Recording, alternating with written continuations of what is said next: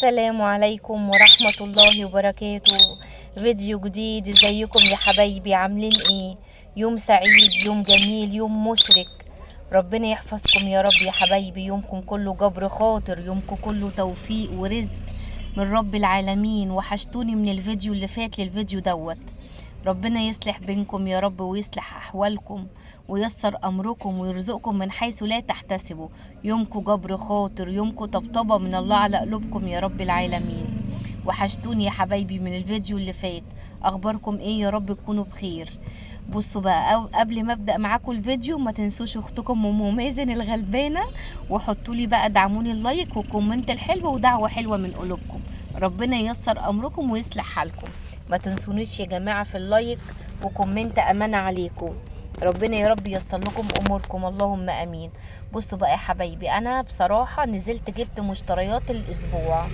ما كانش عندي الحاجه بتاعت الاسبوع اللي فات، خلاص كلها الحمد لله بفضل الله خلصت كلها من التلاجة وكده. فانا نزلت بقى ايه، جبت مشتريات الاسبوع كلها يا بنات. وبصراحه وفرت.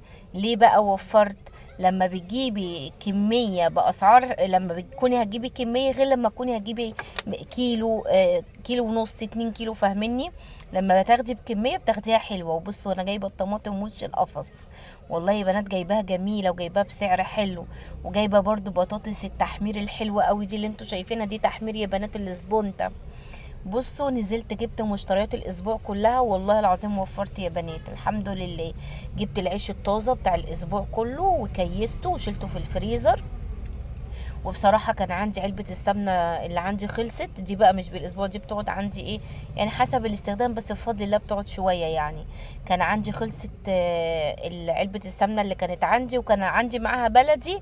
خلص الاتنين، لسه بقى عايزة اجيب البلدي. انا جبت ديت ولسه عايزة اجيب ايه، البلدي. بصراحة يا حبايبي انا بحس ان السمنة ديت يعني طعمها حلو في الاكل. بخلط ما بينها وما بين السمنة البلدي. بصراحة بتودي الأكل في حتة تانية يا بنات. خلاص اتنصحي كده بقى وخليكي شاطرة كده، وانزلي شوفي طلبات البيت كده، هاتي بالاسبوع الحاجة هتبقى وفر. غير لما تنزلي يوم بيوم وهتوفري مشاوير، هتنتجي في اليوم بقى ده. لما هتقعدي في البيت والحاجة عندك هتطلعي وتعملي باللي موجود على طول. ومش عارفة في مثل بيقول ايه كده، مش عارفة يعني فيما معناه ان الواحدة تمشي امكانياتها باللي موجود في ايديها، فاهميني؟ يعني الحمد لله الحمد لله الست الشاطرة اللي تعمر بيتها من اقل القليل تعمل. ما تقولش لا، ما تقولش لا اصلا انا ناقصني. دايما يا بنات انا عندي الحمد لله بفضل الله، حتى لو عندي اقل القليل اقول الحمد لله يا رب، بركة انها مستورة. يعني بركة انها مستورة. حتى لو ما عنديش الا مثلا شوية مكرونة، والله العظيم يا بنات اعمل مكرونه، حتى لو هناكلها كده مكرونه وبطاطس محمره، مكرونه لوحدها مش مشكله. المهم ان الولاد في البيت يلاقوا اكل. المهم ان الولاد في البيت يكون في اكل. ما توقفيش، عمري بيتك، ما تحمليش نفسك فوق المستطاع. وكده كده اخدي ولادك الجوده بالموجوده على راي المثل. يعني ماما الله يرحمها كانت دايما تقول لنا ايه، تقول لنا الجوده بالموجوده، نرضى ونقول الحمد لله باللي في ايدينا. طول ما انت راضيه هتلاقي ربنا مديكي الخير كله. طول ما انت عندك قناعة باللي في ايدك هتلاقي ربنا ميسرلك امرك. والله العظيم يا بنات اللي بترضى بقليلها بتلاقي بسم الله ما شاء الله ربنا فتح عليها بخيرات الدنيا والاخرة. عارفين اللي هو اللي يقول الحمد لله انا في نعمة فالنعمة تيجي تجري عليه؟ هو فعلا الكلام ده صح. دايما دايما ذكري نفسك بالنعم اللي انت فيها قبل النعمة الناقصة. يعني انا دايما بقول كده. انا بقى انتوا طبعا كلكم بسم الله ما شاء الله عليكم، انا كذا مره اقول لكم النقطه دي. انا بوجه كلامي للجيل اللي طالع. الجيل اللي طالع اللي هو ايه، دايما حاسس ان عنده حاجه ناقصه، دايما حاسس انه هو لا لا انا ناقصني ده، انا عايزه ده، انا نفسي في ده. لا، ارضوا باللي في ايديكوا. ارضوا باللي في ايديكوا. اهاليكوا وقفوكوا على رجليكوا، خلاص اسعوا انتوا بقى وشقوا طريقكم. انتوا فاهميني؟ اسعوا وشقوا طريقكم. انما ما مش كل حاجه اصل بابا هيجيب، اصل ماما هتعمل.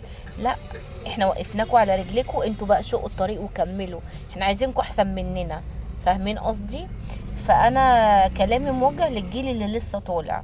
خلي دايما عندكم رضا، عندكم قناعه.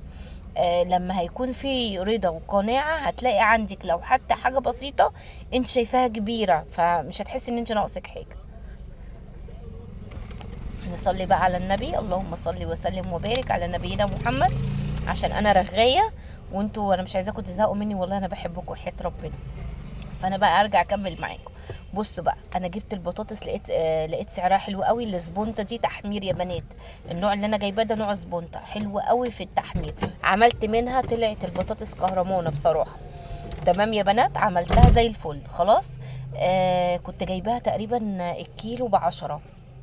البطاطس كان الكيلو ب10 خلاص.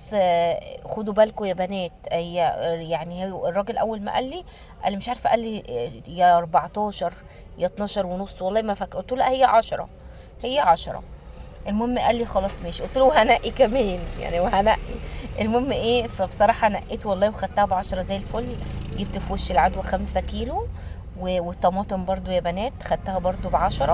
هو كان فيه ب8، بس بصراحة كانت ايه اللي هي بقى لو هتعمليها بقى تفرزيها صلصة وكده، بس انا جايباها سلطة زي ما انتوا شايفينها كده، ايه الحلوة اللي هي بسم الله ما شاء الله تقعد معاكي في التلاجة، لان انا بحب اجيب الحاجة بالاسبوع.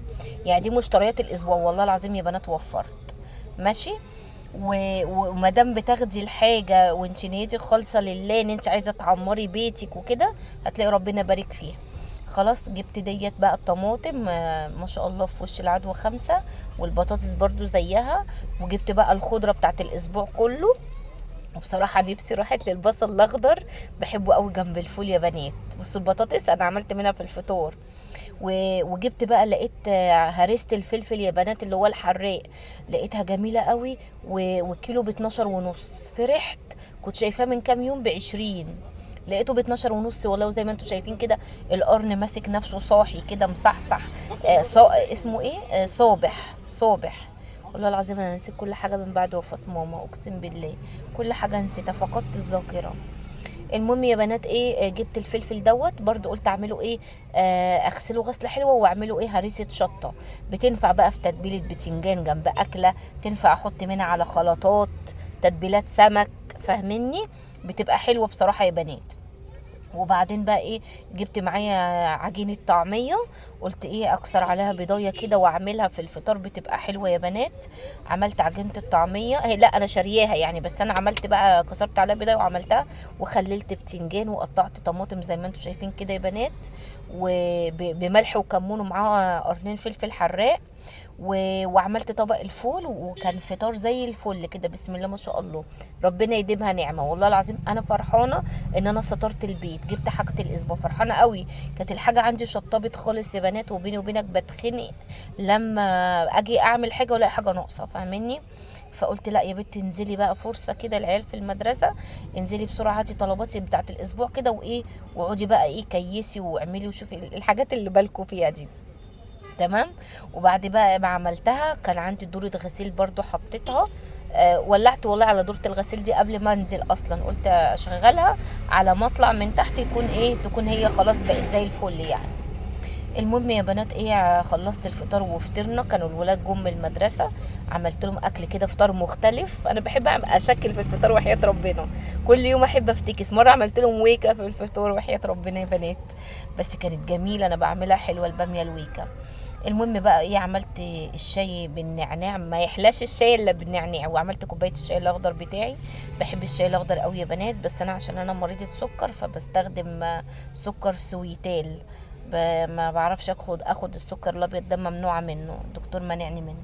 فباخد بقى سكر سويتال، وما يحلاش بقى معايا الا بالنعناع. دمتم في امان الله، والسلام عليكم ورحمه الله.